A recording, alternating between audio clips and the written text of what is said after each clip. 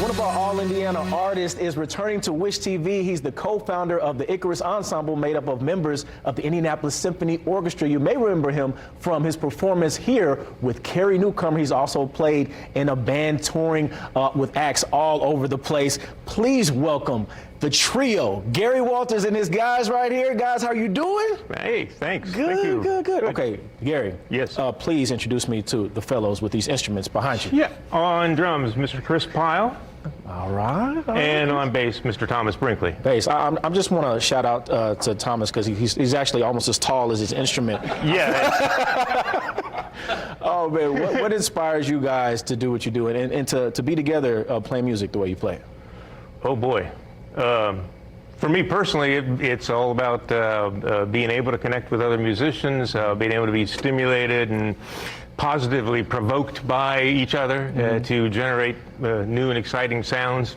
Because the art form is jazz, so we have some freedom within the framework of jazz songs to explore and improvise. Awesome. Okay, so speaking of improvise, this CD, Yep. COVID Sessions, did I get that right? There you do, yeah. What was the inspiration? I got a guess, but what was the inspiration behind COVID Sessions? Well, as of March 6th, for me personally, and first part of March for all of us musicians, we all got shut out of our ability to perform. And at some point along the way there, we would get together and maybe play on my patio or play in the driveway of some friend's place or whatever when we could, but it was few and far between. And I had a bunch of material that I wanted to get recorded anyway, and finally along about August I decided let's go in the studio and put these tracks together. So I asked Thomas and Chris, and they were up for the journey as well, and in we went. There's a lot of elements to what you guys do. What is your favorite, genre? What would you say your favorite is out of everything that you guys kind of put together? Ooh, well, there's a certain amount of this material that is original songs that I wrote. And just like a parent, you're not supposed to have a favorite child. And I don't have a personal favorite child. I like a lot of songs, and the one we're going to play today is one of my favorites. But I think it's partly one of my favorites because I think it connects to a wider audience than some of the others. Awesome. Let's get right into it. The inspiration behind that song. What's the inspiration behind it? Bounce is the title of the song. When I've written instrumental songs over the years, sometimes finding a title for it is one of the hardest tricks because it may or may not have been inspired by a specific moment. But the way this song, as I wrote it, it had the right kind of feel and everything, and my sense of it was, there's a certain bounce to the step, the stride of it, if you will. Almost forgot to mention, you're also a professor at Butler and a couple of other universities around. What do you feel like those students have taught you in this time? Oftentimes they teach you about music and musicians you've never met before because they are of a different generation. And also they inspire me to think harder about how I go about doing what I do so that I can teach them how to do it as well. Awesome. All right, guys. So without further ado, I'm going to let you guys do the playing. We're going to do the listening and see what you guys brought for us. All right. Take it away. Thank you.